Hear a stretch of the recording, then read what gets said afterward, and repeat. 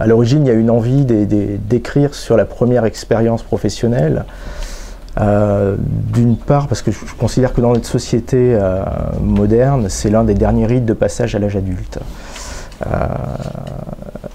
Et puis, il y avait aussi un constat que vous avez certainement tous pu faire de votre côté, c'est qu'il existe un écart considérable très souvent entre les aspirations du jeune professionnel qui se lance dans la carrière et la réalité à laquelle il est confronté. Et cet écart, évidemment, c'est un terrain que j'ai considéré très favorable au développement d'une comédie. Je voulais développer une comédie avec ce sujet, mais je ne voulais pas que ce soit une comédie vaine, je voulais vraiment qu'il y ait du sens, qu'il y ait du fond.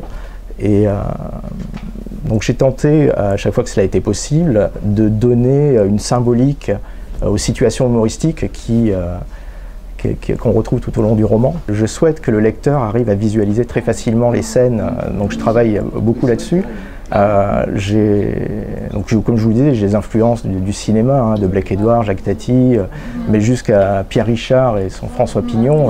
Voilà, c'est ce qui m'a servi à construire ce personnage. Souvent, on entend les critiques de cinéma dire que certains films n'ont d'autre ambition que de faire rire le public. Je trouve ça déjà énorme. Je trouve que déjà c'est beaucoup de réussir à faire rire. Alors si en plus on peut transmettre un message, ou au moins soulever des questions, parce que c'est là l'esprit du Front Russe, c'est d'arriver à soulever des questions sur ces thèmes de l'éducation et de l'enfance. Et de la même façon, moi je viens de la radio à l'origine, j'ai écrit pour la radio mes premiers textes.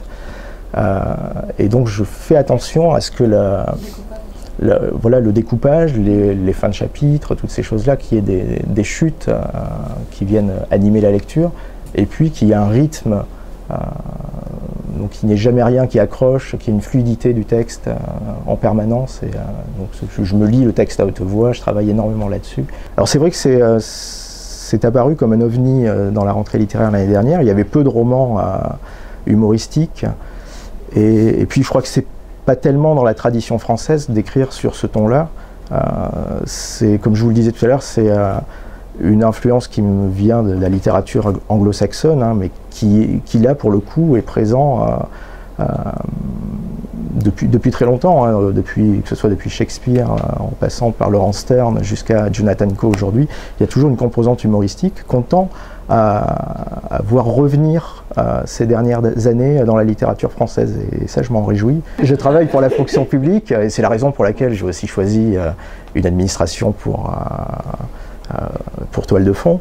Cependant je ne voulais pas que ça passe pour un récit et pour une expérience que j'aurais pu vivre. Je pense que des placards il y en a partout dans l'administration comme dans les grandes sociétés privées, et alors là, pour forcer le trait, évidemment, dès le premier jour de sa prise de fonction, le personnage est envoyé dans ce placard, qui est le Front Russe. Mais des diplomates, effectivement, ont cru que j'étais moi-même diplomate et que je me cachais derrière un pseudonyme.